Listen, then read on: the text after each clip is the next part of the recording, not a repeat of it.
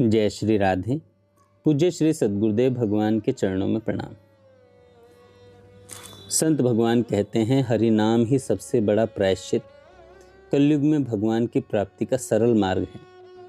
आज मनुष्य का सबसे बड़ा प्रश्न है, हमारे जीवन के पाप कैसे मिटें।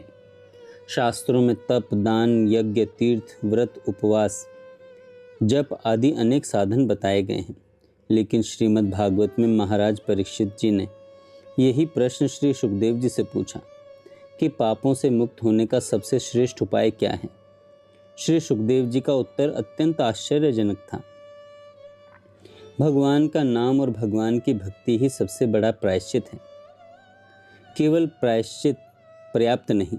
श्री सुखदेव जी बताते हैं, तपस्या करो, ब्रह्मचर्य का पालन करो, दान दो, तीर्थ यात्रा करो, इंद्रियों का संयम रखो, सत्य बोलो, ये सब श्रेष्ठ साधन हैं। लेकिन प्रश्न यह है, क्या इनसे मन बदल जाता है?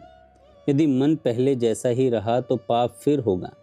इसलिए केवल पाप धोना पर्याप्त नहीं, पाप करने वाली वृत्ति समाप्त होनी चाहिए।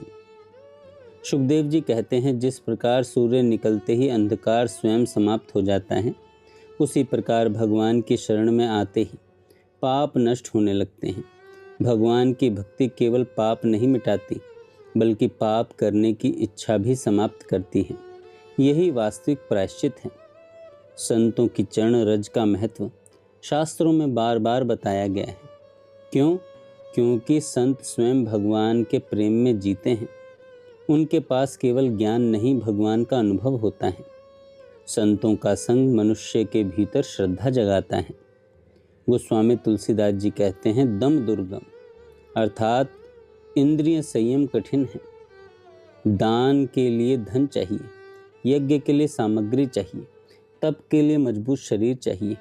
यदि किसी के पास धन नहीं, यदि शरीर रोगी है, यदि समय नहीं है, तो क्या वह भगवान को नहीं पा सकता? भगवान कहते हैं, सभी के लिए मेरा नाम खुला हुआ है। कलयुग का सबसे सरल साधन है भगवान का नाम। कलयुग में भगवान ने अपनी संपूर्ण शक्ति अपने नाम में रख दी। नाम के लिए समय नहीं चाहिए, स्थान नहीं चाहिए, धन नहीं चाहिए, आयु नहीं चाहिए, विद्वत्ता नहीं चाहिए, सिर्फ श्रद्धा चाहिए। चलते फिरते, काम करते, सोते जागते, हर समय भगवान का नाम लिया जा सकता है। भगवान का नाम क्यों सबसे बड़ा है?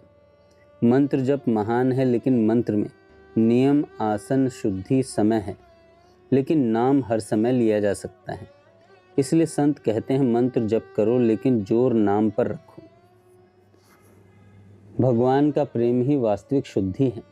सिर्फ कर्म करने से अहंकार बना रहता है। मैंने इतना दान किया, इतना तप किया, इतने व्रत किए, लेकिन प्रेम में मैं समाप्त हो जाता है, और जहाँ मैं समाप्त वहीं भगवान प्रकट होते हैं। भगवान की याद का एक आंसू।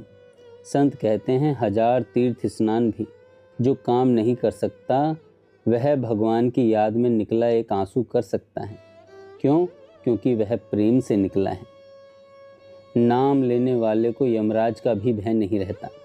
सुखदेव जी कहते हैं, जिसने भगवान का नाम अपना लिया, वह स्वप्न में भी यमदूतों को नहीं देखता।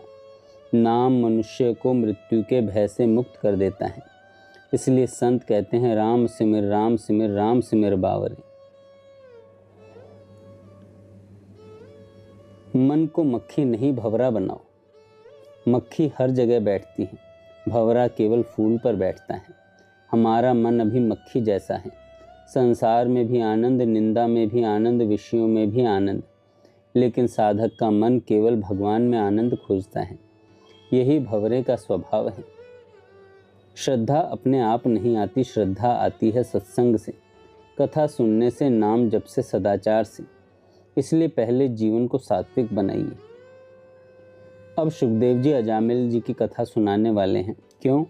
यह बताने के लिए कि एक पतित मनुष्य भी यदि भगवान का नाम ले ले तो उसका उद्धार हो सकता है। लेकिन उससे पहले उन्होंने एक चेतावनी दी।